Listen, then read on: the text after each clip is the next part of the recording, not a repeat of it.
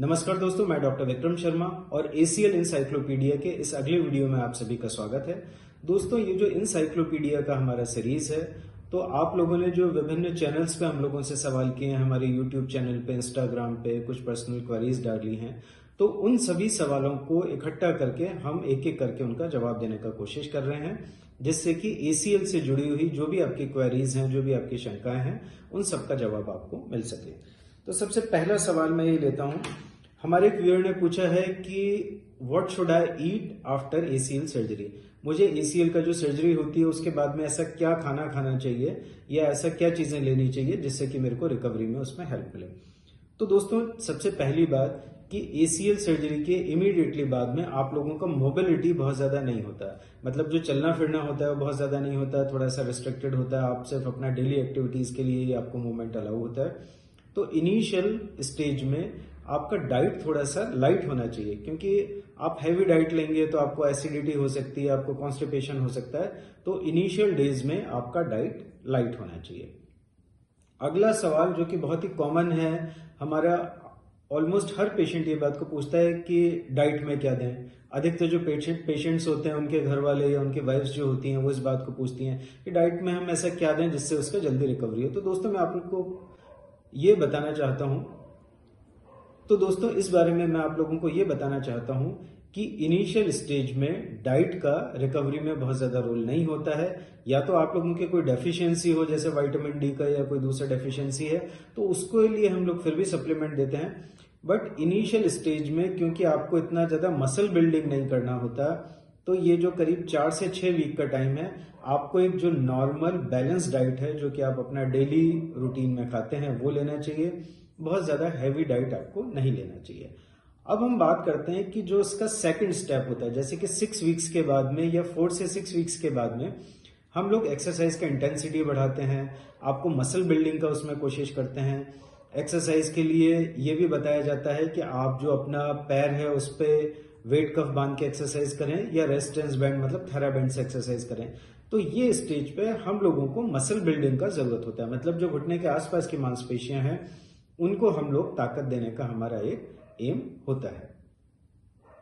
इसके लिए क्या किया जाता है कि आपकी जो डाइट है उसको थोड़ा सा आपको प्रोटीन की तरफ शिफ्ट होना चाहिए। अब प्रोटीन किन किन चीजों में होता है? सभी पल्सेस में, थोड़े से ड्राई फ्रूट्स में, जैसे बादाम के अंदर भी अच्छा प्रोटीन होता है, मिल्क प्रोडक्ट में, मिल्क में, पनीर में, इन सब में प्रोटीन होता है, सोयाबीन में प्रोटीन होता है, थोड़े से जो नॉनवेज वाली चीजें होती हैं उनमें प्रोटीन होता है। तो ये स्टेज पे आपको एक माइल्ड मतलब थोड़ी मात्रा में आपको प्रोटीन की तरफ शिफ्ट करना है, परंतु ध्यान रहे बहुत एक्सेसिव प्रोटीन की आपको ये स्टेज में भी जरूरत नहीं है। इस स्टेज को हम जनरली मानते हैं ये जो 4 to 6 वीक्स से लेके और करीब 2-3 महीने तक का हमारा जो समय होता है, क्योंकि हमने अपना एक्सरसाइज बढ़ाई है तो कार्बोहाइड्रेट हमको थोड़े से कम करने हैं। मतलब जैसे रोटी, चावल, पास्ता, इन सब में अच्छे कार्बोहाइड्रेट्स होते हैं, इनको थोड़ा सा डाइट में बैलेंस कम साइड में रखें। प्रोटीन को हमको थोड़ा सा बढ़ाना है। अब हम बात करते हैं जो हमारा एक इंटेंसिव फेज आता है, लगभग 2 से 3 महीने के बाद में एक्सरसाइज हम बढ़ाते हैं, जिमिंग भी हम लोग कई बार अलाउ करते हैं, रेजिस्टेंस ट्रेनिंग हम लोग अधिक बढ़ाते हैं। तो ये टाइम पे हम लोग को मसल को एक अच्छा प्रोटीन सप्लीमेंट देने का जरूरत पड़ सकता है। जनरली डाइट के माध्यम से ही हम इस चीज को पूरा कर सकते हैं। कुछ लोगों का ये सवाल होता है कि क्या हम सप्लीमेंट की तरफ जाएं? बहुत ज्यादा सप्लीमेंट की तरफ जाने का जरूरत नहीं होता। एक ब्रॉड अंडरस्टैंडिंग के लिए वह प्रोटीन आप ले सकते हैं। L-आर्जिनिन जिन सप्लीमेंट्स में होता है वो थोड़ा सा मसल बिल्डिंग के लिए हेल्पफुल रहता है, और सबसे उसका जो अप्रोप्रिएट टाइम होता है वो होता है इमीडिएटली आफ्टर एक्सरसाइज। तो आप एक्सरसाइज के विद इन 1 आवर 40-50 मिनट्स के अंदर अंदर जो अच्छा प्रोटीन लेते हैं तो वो आपको मसल बिल्डिंग में हेल्प करेगा। तो दोस्तों, इस तरह से इस सवाल का एक ब्रॉड रिप्लाई ये है कि इनिशियल स्टेज में बहुत ज्यादा हैवी डाइट हम लोगों को नहीं लेना चाहिए। जो स्टेप 2 है, जब हमने थोड़ा सा मसल बिल्डिंग का कोशिश किया है, थोड़ा सा डाइट में प्रोटीन की तरफ हम लोग को शिफ्ट होना चाहिए। और जब हम थोड़ा एक मसल बिल्डिंग पे बहुत ज्यादा फोकस कर रहे हैं, हमारा एक्सरसाइज का इंटेंसिटी बढ़ा है, स्पेसिफिकली जो स्पोर्ट्स पर्सन होते हैं उनके लिए, वो टाइम पे हम लोगों को डाइट के अंदर प्रोटीन बढ़ाना चाहिए और साथ में हम सप्लीमेंट के रूप में भी उसको ऐड कर सकते हैं। सप्लीमेंट की जरूरत बहुत ज्यादा लोगों को नहीं होती, परंतु जिन लोगों का ट्रेनिंग काफी इंटेंसिव होता है वो केस के अंदर वो अपना प्रोटीन का सप्लीमेंट्स ऐड कर सकते हैं। अगला सवाल हमारे एक व्यूअर ने हमसे पूछा है, नहाना कब से शुरू कर सकते हैं, कैसे कर सकते हैं, गीला कब कर सकते हैं। बहुत बहुत बहुत ही ज्यादा कॉमन सवाल है। तो दोस्तों, इनिशियल स्टेज के अंदर लगभग 10 से 15 दिन का जो समय होता है, आपको अपना जो स्टिच साइट है, जो अपना घाव है, उसको गीला नहीं करना होता है। तो इसके लिए क्या तरीका होता है? सबसे पहला चीज, मैंने अपने एक वीडियो में उसको डेमोस्ट्रेट भी किया है और अभी आप लोगों को बताना चाहूंगा। सबसे पहला चीज, जब भी आप वॉशरूम में जाएंगे, बाथरूम में जाएंगे, आप ब्रेस पहन के ही जाएंगे। दोस्तों, सबसे बड़ी गलती होती है जो लोग अक्सर करते हैं। जब मैं उनको बोलता हूं कि ठीक है आप नहा सकते हैं, तो ब्रेस खोल के बाथरूम में जाने लग जाते हैं, इवन इनिशियल डेज में, which is not at all allowed. तो आपको क्या करना है, आप ब्रेस पहन के ही बाथरूम में जाएंगे, कोई प्लास्टिक का चेयर या ऐसी किसी चीज पर बैठेंगे। अब इनिशियल डेज में, ये जो हमारा 10 से 15 दिन का टाइम है, उसमें आपको बिल्कुल भी उस जगह को गीला नहीं करना है। तो आप क्या कर सकते हैं, प्लास्टर कवर आता है। प्लास्टर कवर मतलब जिन लोगों के पैर में पूरा प्लास्टर बंधा होता है, उनके लिए भी एक पॉलीथिन का बैग आता है, आप लोग को ऑनलाइन भी मिल सकता है। उसको आप इस पूरा अपने लेग के ऊपर डाल लेंगे, उसको रैप कर लेंगे और फिर आप नहा सकते हैं किसी चेयर पे या ऐसी जगह पे बैठ के। जब आपको वापस बाहर आना है तब आप उसको हटाएंगे, परंतु ध्यान रहे आपको ब्रेस ये इनिशियल स्टेज में खोलना नहीं है और उसको गीला नहीं करना है। जो 10 से 15 दिन के ऊपर का समय होता है, जब थोड़ा सा नी बेंडिंग भी अलाउड हो जाता है, आपका कंफर्ट लेवल बढ़ जाता है, तब भी आपको ब्रेस पहन के ही बाथरूम में जाना है। पहनने के बाद में आप अपना ब्रेस को खोल सकते हैं। ध्यान रखिए, जब आपको ये अलाउ किया गया है कि आप अपना वुंड साइड को गीला कर सकते हैं। जनरली 15 दिन का टाइम होता है, परंतु कोई भी समय स्टैंडर्ड नहीं होता। मतलब ये आपका जो स्टिच साइट है उसकी कंडीशन के हिसाब से ये चीजें आपको अलाउ की जाती हैं। जनरली 15-20 दिन का टाइम हम लोग मान सकते हैं। वो समय पे आप बैठने के बाद में ब्रेस खोलेंगे, नहा सकते हैं और प्रॉपरली क्लीन करने के बाद में, ध्यान रहे यहाँ पे स्टिच साइड को बहुत ज्यादा हमको रब नहीं करना होता है। वापस ब्रेस को पहनेंगे, अपने किसी अटेंडेंट को बुलाएंगे बाथरूम के अंदर, वॉकर साथ में रखेंगे और उठ के धीरे धीरे बाहर आएंगे। दोस्तों, ये गलती बहुत ही कॉमन होती है। जब अलाउ किया जाता है, कुछ लोग ब्रेस खोल के चले जाते हैं, कुछ लोग बिना अटेंडेंट के चले जाते हैं। बाथरूम सबसे ज्यादा रिस्की जगह है जहां पे आपको इंजरी दोबारा हो सकती है, और यदि आपको एसीएल सर्जरी के बाद में दोबारा चोट लगती है तो ये एक बहुत ही डेंजरस कंडीशन है। इसको एक छोटी सी गलती के लिए हम लोगों को इसको अवॉइड करना चाहिए। मतलब कि वॉशरूम में जाते टाइम, बाथरूम जाते टाइम हम लोगों को प्रॉपर प्रिकॉशन के साथ में इन चीजों का ध्यान रखना चाहिए। अच्छा, अगला सवाल हमारे एक मित्र ने पूछा है, काफी कॉमन सवाल है, सर्जरी से पहले अक्सर ये लोग पूछते हैं कि हॉस्पिटल में डॉक्टर साहब कितना रुकना पड़ेगा। दोस्तों, तो मेरे सेटअप के अंदर मैं जनरली 2 से 3 दिन पेशेंट का स्टे होता है। मतलब कि जिस दिन सर्जरी है, या तो मैं उस दिन सुबह एडमिट करता हूं या फिर उससे एक रात पहले एडमिट करता हूं। जिस दिन सर्जरी है उससे नेक्स्ट डे खड़ा करके चलाया जाता है, डिपेंड करता है क्या किस किस्म का सर्जरी किया गया है, और उसके अगले दिन छुट्टी किया जाता है। जैसे आज सर्जरी है तो कल खड़ा करके चलाया जाएगा और परसों छुट्टी किया जाएगा। खड़ा करके चलाया जाएगा मतलब सिर्फ एसीएल का सर्जरी है तो हम वेट डाल के चलना अलाउ करते हैं। यदि साथ में मेनिस्कस रिपेयर या पीसीएल हुआ है तो ये वेट बेरिंग थोड़ा सा आगे सरक जाता है। वो कंडीशन में खड़ा करके चलना तो अलाउड होता है, परंतु आपको ऑपरेटेड पैर के ऊपर वेट नहीं डालना होता है। तो hospital stay around 2 to 3 days। इसके आगे हॉस्पिटल में स्टे का आपको जरूरत भी नहीं है और आपको रुकना भी नहीं चाहिए, क्योंकि लगभग ये टाइम के बाद में जो हमारे आईवी मतलब इंजेक्टेबल जो भी हमारी दवाइयां चलती हैं वो लगभग बंद कर दी जाती हैं और मुंह की दवाइयां शुरू कर दी जाती हैं। तो हॉस्पिटल में रुक के आपको कुछ ऐसा एडवांटेज नहीं होता है उसका, और ये सारे काम आप घर पे भी कर सकते हैं। और हॉस्पिटल दोस्तों डेफिनेटली जब आपको जरूरत नहीं है तो रुकने के लिए बहुत अच्छी जगह नहीं होती है। कई लोगों को थोड़ा सा ये एक अप्रीहेंशन होता है, उसकी वजह से बोलते हैं कि हमको घर में केयर कौन करेगा, हम 1-2 दिन यहीं रुक जाते हैं। परंतु दोस्तों, हॉस्पिटल में जब तक जरूरत है तभी तक रुकना चाहिए। दूसरे पेशेंट्स के भी कई बार इन्फेक्शन होते हैं और बहुत सारी ऐसी चीजें होती हैं जिनको हम लोग को अवॉइड करना चाहिए। तो जितना अप्रोप्रिएट है उतना हम रुकें, और ये समय लगभग मेरे सेटअप में 2 से 3 दिन का होता है। अच्छा, अगला सवाल हमारे एक मित्र पूछते हैं, थोड़ा सा शायद इन्होंने गूगल किया होगा एलोग्राफ्ट इंडिया में अवेलेबल होता है क्या डॉक्टर साहब? आप क्या एलोग्राफ्ट का सर्जरी करते हैं? दोस्तों, सबसे पहली चीज, एलोग्राफ्ट मतलब जो कैडेवरिक ग्राफ्ट होते हैं, मतलब ऐसे व्यक्ति जिन्होंने अपनी बॉडी को डोनेट किया है, उनके शरीर से ऐसे ग्राफ्ट निकाले जाते हैं और वो आपके जब भी लिगामेंट का सर्जरी होती है तो जनरली सामान्यतः से मोर देन 90-95% हिंदुस्तान में ऑटोग्राफ्ट का उपयोग किया जाता है, मतलब आपकी खुद की मांसपेशी को ही उसमें लगाया जाता है। एलोग्राफ्ट जनरली जैसे मल्टी लिगामेंट इंजरी है, 3 लिगामेंट टूट गए, 4 लिगामेंट टूट गए, दोनों पैरों के लिगामेंट टूट गए, जहां पे ऑप्शन ही नहीं है, वहां पे एलोग्राफ्ट का उपयोग विदेशों में बहुतायत रूप में किया जाता है, परंतु एलोग्राफ्ट एक बहुत अच्छा ग्राफ्ट नहीं माना जाता। हिंदुस्तान में अब तक ये बिल्कुल भी अवेलेबल नहीं था। रिसेंटली कुछ 2-3 लैब्स हैं जिन्होंने इसको सप्लाई करना शुरू किया है, बट एलोग्राफ्ट का एक्सेप्टेबिलिटी अभी भी हिंदुस्तान में बहुत अधिक नहीं है। तो इस सवाल का जवाब ये है, हाँ, मैं एलोग्राफ्ट बिल्कुल यूज कर सकता हूँ, कोई बहुत ज्यादा उसके लिए साइंस का जरूरत नहीं होता, परंतु पेशेंट बहुत ज्यादा एलोग्राफ्ट को प्रेफर नहीं करते क्योंकि एक कैडेवर से प्राप्त किया हुआ ग्राफ्ट होता है, इसमें इन्फेक्शन को भी ट्रांसमिट होने के काफी ज्यादा चांसेस होते हैं और हिंदुस्तान में इसका अवेलेबिलिटी भी अभी बहुत ज्यादा कंप्रोमाइज्ड है। अच्छा, एक थोड़ा सा सवाल हमारे एक मित्र ने पूछा है और 2 सवाल हैं जो एक दूसरे से आपस में कनेक्टेड हैं। पहला तो, डॉक्टर साहब मैंने कभी भी सर्जरी नहीं करवाई है, दर्द कितना ज्यादा होता है? तो दोस्तों, बहुत मैं सीधा आपको स्ट्रेट जवाब देना चाहता हूं। ACL का सर्जरी एक बहुत बड़ा सर्जरी नहीं होती है, परंतु फिर भी सर्जरी सर्जरी होती है।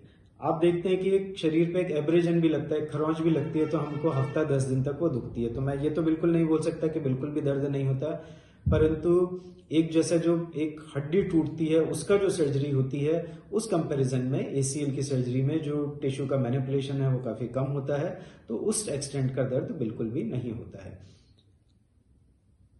फिर भी दर्द डेफिनेटली पहले दिन हम लोग को टॉलरेबल लिमिट तक रहता है, अगले दिन इस स्थिति में रहता है कि हम लोग खड़े होकर चलने लग जाते हैं, तीसरे दिन और कम रहता है, पर ये आपकी पेन सेंसिटिविटी पर भी थोड़ा सा ये फैक्टर डिपेंड करता है। दूसरा इसी से जुड़ा हुआ जो सवाल था कि पेन कंट्रोल डॉक्टर साहब आप क्या क्या चीजें देते हैं, किस तरह से कंट्रोल करते हैं? तो अलग अलग तरीके होते हैं। मैंने आपको पहले भी बताया था कि स्पाइनल एनेस्थीसिया हमेशा बेटर होता है क्योंकि उससे पेशेंट एनेस्थीसिया से धीरे धीरे बाहर आता है, तो इमीडिएटली पोस्ट ऑपरेटिव अचानक से दर्द आपको महसूस नहीं होता। जो एक बहुत ज्यादा फ्रैक्चर के केसेस के अंदर जिस किस्म के एनाल्जेसिक दिए जाते हैं IV रूट से, वो सारी चीजें हम देते हैं। जनरली पैरासीटामोल नाम का एक जो एनाल्जेसिक होता है बहुत ही सेफ होता है, उसको 8 आवर्ली चलाते हैं। डिक्लोफेनेक, उसको भी BD दिन में 2 बार या SOS में रखते हैं। कॉन्ट्रामोल ऑरेट्स में ऐड कर सकते हैं। कॉन्ट्रामोल एक किस्म का और एक स्ट्रॉन्गर एनाल्जेसिक होता है, पेन किलर होता है। कई बार हम लोग स्किन पैचेस भी पेन कंट्रोल के लिए ऐड करते हैं। स्किन पैचेस मतलब स्किन के ऊपर जहां भी आपके हेयर्स नहीं होते वहां एक पैच लगा दिया जाता है किसी भी एरिया में। तो जो इंजेक्शन से जिस तरह से एक ड्रग का एब्जॉर्प्शन होता है, उसी तरह से स्किन के थ्रू वो एब्जॉर्प्शन होता है और एक लेवल पे ड्रग आपके शरीर में पहुंचती है जिससे कि पेन काफी हद तक कंट्रोल हो जाता है। एक और तरीका होता है, जिन लोगों को जो थोड़े से ज्यादा पेन सेंसिटिव होते हैं उनको कोल्ड कंप्रेशन मतलब बर्फ का जो सेक होता है, आइस पैक का जो सेक होता है, उसके द्वारा भी लोकल एरिया में पेन कंट्रोल का कोशिश किया जाता है। जहां पर मल्टी लिगामेंट का सर्जरी होती है, मतलब 2 या 3 लिगामेंट का सर्जरी हुई है, हमें ये एक्सपेक्टेड है कि दर्द थोड़ा सा अधिक होगा, वहां पे एनेस्थीसिया के दौरान एपिड्यूरल एनेस्थीसिया दिया जाता है। मतलब एक स्पाइनल का वेरिएशन होता है, उसमें जो ट्यूब मतलब जो एनेस्थीसिया लगाया है उसको 24 से 48 घंटे तक वहीं पे छोड़ा जाता है, जिससे कि आपको कंटिन्यूस दवाई का उस पंप के थ्रू हम लोग इंजेक्ट कर पाए, जिससे कि जो ऑपरेटेड एरिया है वो एक किस्म का शून्य रहता है। परंतु ये स्थिति बहुत ही रेयर केसेस में हम लोग यूज करते हैं, जहां पे हम लोग को ये लगता है कि शायद पेशेंट को दर्द सामान्य से अधिक होगा, तब हम एपिड्यूरल एनेस्थीसिया का भी उपयोग करते हैं। तो 5 चीजें मैंने आप लोगों को बताई: epidural anaesthesia, skin patch, paracetamol, diclofenac और जो कंट्रामोल वाली जो दवाइयां होती हैं या इंजेक्शन होते हैं, उसके द्वारा भी हम पेन कंट्रोल का कोशिश करते हैं। डिस्चार्ज के बाद में यही सारी इसमें से अधिकतर जो चीजें होती हैं वो आपको ओरल टैबलेट के रूप में दी जाती हैं। तब तक आपकी स्थिति काफी कंफर्टेबल हो जाती है और वो समय पे आपको एक चलने फिरने में भी आसानी होती है और मुंह की दवाइयों के द्वारा आपका पेन कंट्रोल किया जाता है। दोस्तों थोड़े से सवाल और लेंगे हम लोग। तो एक हमारे मित्र ने पूछा है, बहुत ही कॉमन सवाल है और बड़ा ही अजीब सा सवाल है। डॉक्टर साहब, आपको इंटरनल ब्रेस की सर्जरी आती है क्या? दोस्तों थोड़ा सा हास्यास्पद है, थोड़ा सा हंसने वाला सवाल है। इंटरनल ब्रेस किसी भी तरह का एक ऐसा चीज नहीं होती जितना उसका कुछ लोगों ने मार्केटिंग के लिए हवा बनाया हुआ है। सिर्फ एक टेप होती है। जो हमारे रेजिडेंट्स भी होते हैं जिनको हम लोगों ने सर्जरी सिखाई है वो भी आसानी से इस टेक्निक को कर सकते हैं। कुछ नहीं होता, ग्राफ्ट के साथ में सिर्फ एक टेप को आपको टाई करना होता है। किसी किस्म का टेक्निकल एक्सपर्टाइज का जरूरत नहीं होता। और दोस्तों इस सवाल का जवाब मैं अपने पेशेंट्स को ये देता हूं कि दुनिया के किसी भी कोने में जो भी एडवांसेस हैं वो सर्जरी हम लोग यहाँ पे कर सकते हैं। पर आप लोगों को एक सर्जरी की मार्केटिंग से फैसिनेट नहीं होना चाहिए। सर्जरी आपके लिए कस्टमाइज्ड होती है, मतलब कहाँ पे किस चीज का जरूरत है उसके हिसाब से वो सर्जरी का डिसीजन होना चाहिए। तो डेफिनेटली मैं इंटरनल ब्रेस करता हूँ, जहाँ पे अप्रोप्रिएट होती है वहां पे फाइबर टेप का डेफिनेटली उपयोग करता हूँ। उसके कुछ एडवांटेज होते हैं, कुछ डिसएडवांटेजेस होते हैं, तो वो सारी चीजों का मैं उपयोग करता हूँ। दोस्तों ये जितने भी सवालों के जवाब मैं आपको दे रहा हूँ, तो हमारा जो YouTube चैनल है उन सभी सवालों पे हम लोगों ने डिटेल्ड वीडियो बनाए हुए हैं। आप उसको एक्सेस करके और विस्तृत जानकारी प्राप्त कर सकते हैं। और कुछ डिस्क्रिप्शन में भी लिंक है, ACL का एक बुकलेट है, उसको भी डाउनलोड करके आप थोड़ा सा डिटेल में इस बारे में जानकारी प्राप्त कर सकते हैं। अब अगला सवाल भी इससे रिलेटेड है, तो और काफी कॉमन सवाल है। डॉक्टर साहब लेटेस्ट टेक्निक्स कौन सी है इसकी? MRI भेजते हैं हमारे मित्र, आप ये बताइए सर लेटेस्ट टेक्निक कौन सी है, मुझे लेटेस्ट से कराना है। तो दोस्तों anatomical single bundle remnant preserving is said to be one of the latest techniques. अब ये जो चीजें होती है ना, ये ऑल इनसाइड या स्क्रू यूज करना है, बटन यूज करना है, फाइबर टेप लगाना है नहीं लगाना है, ये सब इसी के मॉडिफिकेशन होते हैं। मतलब आप किस किस्म के इम्प्लांट यूज कर रहे हैं, बटन यूज कर रहे हैं, स्क्रू यूज कर रहे हैं, सर्जन टू सर्जन वेरी करता है। सबसे जरूरी बात ACL की सर्जरी में ये होती है कि जो आप ग्राफ्ट अटैच करते हैं वो उसका साइट, मतलब जिस जगह पे उसको फिक्स करते हैं वो एक आइडियल साइट होनी चाहिए। ग्राफ्ट को टाइटली प्रॉपरली फिक्स करें, इम्प्लांट सही तरीके से उपयोग करें, जहां पे फाइबर टेप लगाना है लगाएं, जहां पे जरूरत नहीं है वहां जबरदस्ती उसको नहीं डालें। तो लेटेस्ट टेक्निक डबल बंडल पहले उसको प्रचारित किया गया था, बट डेफिनेटली वो चली नहीं। तो सिंगल बंडल एनाटॉमिकल मतलब जो उसका आइडियल लोकेशन है वहां पे उसको लगाना है। रिमेनेंट प्रिजर्विंग मतलब कि जो ACL का बचा हुआ हिस्सा है उसको अपनी जगह पे छोड़ा जाए। ये एक किस्म का लेटेस्ट टेक्निक है। बाकी लेटेस्ट शब्द कंडीशन के हिसाब से वेरी करता है।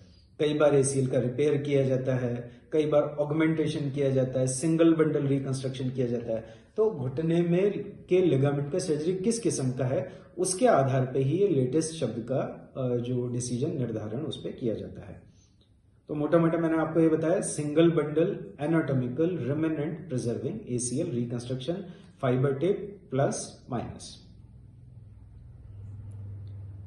अच्छा, एक हमारे मित्र ने पूछा है, डॉक्टर साहब आपने जो लिगामेंट लगाया है तो मतलब ये हमेशा के लिए हो गया ना, ये अब कभी दोबारा तो नहीं टूटेगा ना ये? तो दोस्तों इस सवाल का बहुत सीधा सा जवाब ये है कि आपके जो दूसरे पैर का लिगामेंट है वो भी टूट सकता है। मतलब जो हम लिगामेंट लगाते हैं वो जनरली पुराने लिगामेंट जैसा हो जाता है। मतलब जो आपका इंजरी से पहले का लिगामेंट था लगभग उस स्थिति में पहुंच जाता है। पर इसका मतलब ये नहीं है कि कभी कोई चोट लगेगी तो वो नहीं टूट सकता है, आपकी हड्डी भी टूट सकती है।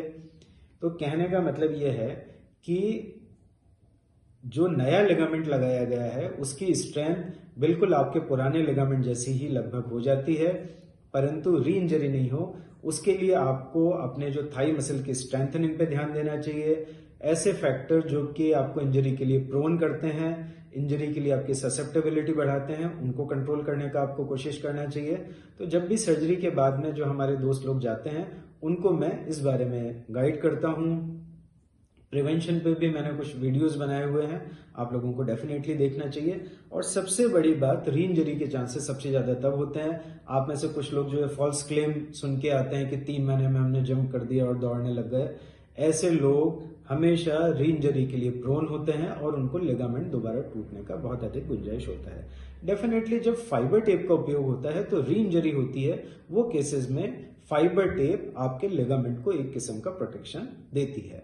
तो री इंजरी से बचने के लिए प्रॉपर स्ट्रेंथनिंग होनी चाहिए। जो फैक्टर आपको इंजरी के लिए ससेप्टेबल बनाते हैं उनको कंट्रोल करना चाहिए। काफी सारी बातें हैं उस टॉपिक के अंडर में। फाइबर टेप के उपयोग से डेफिनेटली री इंजरी के टाइम पे आपके लिगामेंट का थोड़ा प्रोटेक्शन होता है, परंतु री इंजरी होने पे आपके दूसरे पैर का लिगामेंट, आपका हड्डियां, कुछ भी टूट सकता है। उसी तरह से ये लिगामेंट जो कि सामान्य हो चुका है वो भी डेफिनेटली टूट सकता है। अच्छा, ये पाठक हमारे थोड़े से समझदार हैं। इन्होंने बोला है डॉक्टर साहब बीटीबी ग्राफ्ट क्या होता है, थोड़ा सा आप बताइए। आप हैमस्ट्रिंग के बारे में काफी बोलते हैं, बीटीबी के बारे में भी बताइए। तो मित्र, जो मैंने जब अपना सर्जरी शुरू किया था करीब 2004-05 में, तो मैंने जो सबसे पहले अपना ग्राफ्ट का उपयोग किया था वो बोन पटेला टेंडन बोन ग्राफ्ट ही था। वो समय पे बीटीबी ग्राफ्ट का प्रचलन बहुत अधिक था। धीरे धीरे हैमस्ट्रिंग का प्रचलन इसलिए बढ़ा क्योंकि ग्राफ्ट साइट मॉर्बिडिटी, मतलब जहां से ग्राफ्ट निकाला जाता है वहां पे दर्द और डिस्कम्फर्ट बहुत कम होता है। जबकि बोन पटेला बोन में जो ग्राफ्ट निकाला जाता है उसमें एक हड्डी का टुकड़ा होता है, तो हड्डी को जहां से थोड़ा सा कट करके निकाला जाता है वहां पे पेशेंट्स को थोड़ा सा डिस्कम्फर्ट लंबा रहता था, बाद में स्क्वाट करने में भी परेशानी आती थी। परंतु बीटीबी एक बहुत अच्छा ग्राफ्ट माना गया है। उसके कुछ स्पेसिफिक इंडिकेशन होते हैं। जहां पर रिवीजन किया जाता है वहां पे बीटीबी का बहुत अच्छा उपयोग होता है। बहुत भारी लोगों में वेट बहुत अधिक है, 100 kg, 110 kg, या बहुत हैवी स्पोर्ट्स वो कर रहे हैं वेट लिफ्टिंग का, वो केस के अंदर बीटीबी का उपयोग किया जाता है। और बीटीबी का उपयोग जहां पे अप्रोप्रिएट होता है मैं करता हूं। अपने करियर के शुरुआती लगभग 5 से 7 साल तक मैंने बहुत बीटीबी ग्राफ्ट किए हैं और सबके रिजल्ट्स काफी अच्छे हैं। परंतु जैसे मैंने बताया, हर ग्राफ्ट का एक प्लस होता है और एक माइनस होता है, उसी के हिसाब से उसका डिसीजन हम लोगों को लेना चाहिए। अब फिर ये फाइबर टेप से रिलेटेड सवाल, डॉक्टर साहब फाइबर टेप अच्छी होती है कि बुरी होती है? तो दोस्तों, मैंने पहले भी आपको समझाया, जहां अप्रोप्रिएट है वहां ये अच्छी है, और जहां पर इसका उपयोग का जरूरत नहीं है वहां जबरदस्ती इसका उपयोग नहीं किया जाना चाहिए। दोस्तों, क्या दो एक्सट्रीम्स हैं। कुछ लोग ऐसे होते हैं जो बिल्कुल हाथ धो के फाइबर टेप के पीछे पड़ जाते हैं, उसका ही गुणगान करते रहते हैं जैसे कि कोई वो अजूबा हो। डेफिनेटली वो मार्केटिंग गिमिक से ज्यादा कुछ नहीं है। दूसरी तरफ कुछ ऐसे लोग होते हैं जो हमेशा फाइबर टेप को गालियां ही देते रहते हैं कि सब फाइबर टेप लगाया तो उससे इन्फेक्शन हो सकता है और उससे ये गड़बड़ हो सकती है और ऐसा हो सकता है। दोनों बिल्कुल एक्सट्रीम्स हैं। फाइबर टेप का, इंटरनल ब्रेस का डेफिनेटली एक एडवांटेज होता है, वो आपके ग्राफ्ट को री इंजरी के टाइम पे प्रोटेक्ट करता है। जिस समय पे ग्राफ्ट वीक होता है उस समय पे उसको शील्डिंग प्रोवाइड करता है, परंतु उसको एक लगाने का स्पेसिफिक तरीका होता है, डिफरेंशियल टाइटनिंग करना चाहिए। तो और भी बहुत सारी बातें हैं जो कि फाइबर टेप को उपयोग करते टाइम हम लोगों को ध्यान में रखनी चाहिए। तो फाइबर टेप यदि गलत तरीके से लगाई जाए तो डेफिनेटली गलत होती है, और यदि सही तरीके से अप्रोप्रिएट केस में जहां उसका जरूरत है वहां उपयोग किया जाए तो उसका डेफिनेटली एडवांटेज होता है। तो बुरी है डेफिनेटली मैं ऐसा नहीं बोल सकता हूं और न बोलना चाहता हूं, मैं बिल्कुल क्लियर हूं उस बारे में। अच्छा, एक हमारे मित्र ने सवाल पूछा है कि डॉक्टर साहब सर्जरी के बाद में जो पैर के साइड का एरिया है उसमें सूनापन है। दोस्तों, ये बहुत बहुत बहुत बहुत ज्यादा कॉमन फाइंडिंग होती है। क्या होता है, जिस जगह से ग्राफ्ट निकला जाता है वहां बहुत ही महीन नर्व्स का कुछ ऐसा जाल जैसा होता है, वो इवन आंखों से भी नहीं दिखती हैं। तो डेफिनेटली उनमें कुछ ना कुछ माइल्ड इंजरीज होती हैं। कुछ लोगों में ये बहुत जल्दी रिकवर कर जाता है और कुछ लोगों में ये लंबे समय तक बना रहता है। यदि लंबे समय तक बना है, घबराने का बिल्कुल जरूरत नहीं है। उसके लिए कुछ दवाइयां आपको दी जाती हैं जिससे उनका जल्दी से जल्दी रीजनरेशन हो जाता है और आप इस समस्या से छुटकारा पा सकते हैं। तो जब भी आपको ऐसी कोई दिक्कत होती है तो आपको तुरंत ही जो आपके डॉक्टर साहब हैं, जो ऑपरेटिंग सर्जन हैं, उनसे कनेक्ट करना चाहिए जिससे कि वो आपको अप्रोप्रिएट दवाइयां दे पाए। कितनी बार क्या होता है, पेशेंट आते हैं 2 साल बाद कि डॉक्टर साहब हमारा तो ये नमनेस था। तो अब इतना आपको परेशान होने का जरूरत ही नहीं था। आपको इनिशियल डेज में जब ये प्रॉब्लम फील हो रही थी डॉक्टर से कनेक्ट करना चाहिए जिससे कि अप्रोप्रिएट मेडिकेशन देके आपको ये प्रॉब्लम से बाहर निकाला जा सके। एक सवाल स्पेसिफिकली वो लोग पूछते हैं जिनको कि सरकारी योजनाओं का लाभ मिला हुआ होता है, एमआरआई फ्री होती है। डॉक्टर साहब दोबारा एमआरआई कब करानी है? डॉक्टर साहब अपन 1 महीने में करवा के देख लें क्या एमआरआई? ये मित्र हमसे बार बार कई बार ये पूछते हैं कि अब तो 3 महीने हो गए डॉक्टर साहब, अभी तो एक बार अपन देख लें एमआरआई। तो दोस्तों बहुत ही एक बैड हैबिट होती है इस तरह से बार बार एमआरआई कराने का। आप जब भी इमीडिएटली बाद में एमआरआई कराएंगे आपको कुछ हासिल नहीं होगा। रादर क्या होता है, जब भी जो रिकंस्ट्रक्टेड ग्राफ्ट है इनिशियल जब वो रीजनरेट होता है तो उसमें कुछ सूजन दिखती है, कई बार वो थोड़ा सा वेवी दिखता है। एमआरआई उसको माइल्ड टीयर जैसे पड़ती है और आप जैसे लोगों के दिमाग में बहुत ज्यादा भ्रम पैदा वो कर सकती है। तो जब तक आपको कोई प्रॉब्लम नहीं हो, आपको दोबारा लचक आ रही है, आपको दोबारा इंजरी हुई है, तब तक ये बार बार एमआरआई कराने के लिए कभी भी आपको अपने डॉक्टर को फोर्स नहीं करना चाहिए। कुछ लोग ऐसे ज्ञानी होते हैं खुद ही बार बार जाके एमआरआई कराने लग जाते हैं और खुद के लिए और अपने डॉक्टर के लिए प्रॉब्लम क्रिएट करते हैं। तो दोस्तों सर्जरी के बाद में इमीडिएट एमआरआई का ना तो कोई इंडिकेशन होता है और ना उसको बार बार कराना चाहिए। वो आप लोगों के लिए एक किस्म से घातक सिद्ध हो सकती है। एक और क्वेरी है, थोड़ा सा डिटेल में आप लोगों को समझाना चाहूंगा। अभी थोड़े दिन पहले एक हमारे पेशेंट आते हैं, वो कहते हैं डॉक्टर साहब ऑपरेशन के बाद में हमारा पैर पतला पड़ गया, आपने क्या किया, ये दिस एंड दैट। एंड तो अब उनकी अज्ञानता की बात थी तो अब नाराज तो मैं नहीं हुआ, पर आप लोगों को भी उन मित्र के माध्यम से समझाना चाहता हूँ। दोस्तों क्या होता है, जब भी एसीएल का चोट पुराना होता है आप नोटिस करिए, आप अपने जांघ को नापिए और जिस पैर में चोट लगी है उसकी जांघ को नापिए, मतलब नॉर्मल से कंपेयर करिए, तो आपको अपना पैर पतला मिलेगा। जहां भी चोट पुरानी होती है 8 महीने 10 महीने 1 साल की होती है तो आपको पैर में पतलापन मिलेगा। इसे बोला जाता है डिसयूज एट्रोफी, मतलब जिस चीज का आपने उपयोग कम किया वो धीरे धीरे पतली होने लगती है। क्या कारण होता है, आप उस अपनी बीमारी को स्वीकार नहीं करते तो भी आपके दिमाग को पता है, तो आप अपनी एक्टिविटीज में मॉडिफिकेशन कर लेते हैं। आप सीढ़ियां चढ़ेंगे उतरेंगे तो आप दूसरे पैर का ज्यादा यूज करेंगे, उस पैर को बचा बचा के चलेंगे।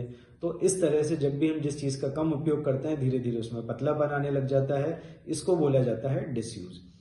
अब एसीएल सर्जरी के इमीडिएटली बाद में करीब 3 वीक या 1 महीने का जो समय होता है आपको बहुत ज्यादा रेजिस्टेंस ट्रेनिंग शुरू नहीं किया जाता है, मतलब मसल बिल्डिंग शुरू नहीं किया जाता है, तो वो और डिसयूज अपना कंटिन्यू रहता है।